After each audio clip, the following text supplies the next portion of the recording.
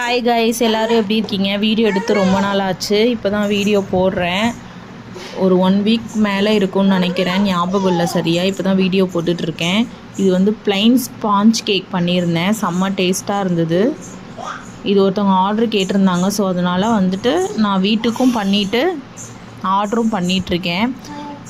இந்த ரெசிபி வேணும் அப்படின்னு சொன்னால் எனக்கு கமெண்ட்டில் ரெசிபின்னு சொல்லிட்டு ஒரு டெக்ஸ்ட் பண்ணுங்கள். கண்டிப்பாக உங்களுக்கு வந்து ரெசிபி நான் வந்து வீடியோவே ஷேர் பண்ணுறேன். சூப்பர் டேஸ்ட்டாக இருந்தது. வீட்டில் எல்லாருக்குமே நல்லாயிருக்குன்னு சொல்லியிருந்தாங்க.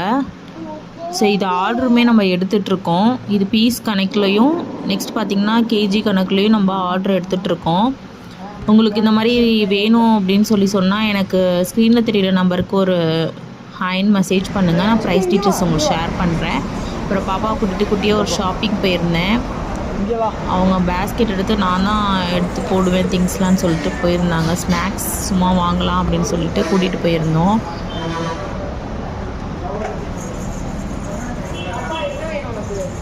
அவங்களுக்கு பிடிச்சதா எடுத்து போட்டுட்ருந்தாங்க.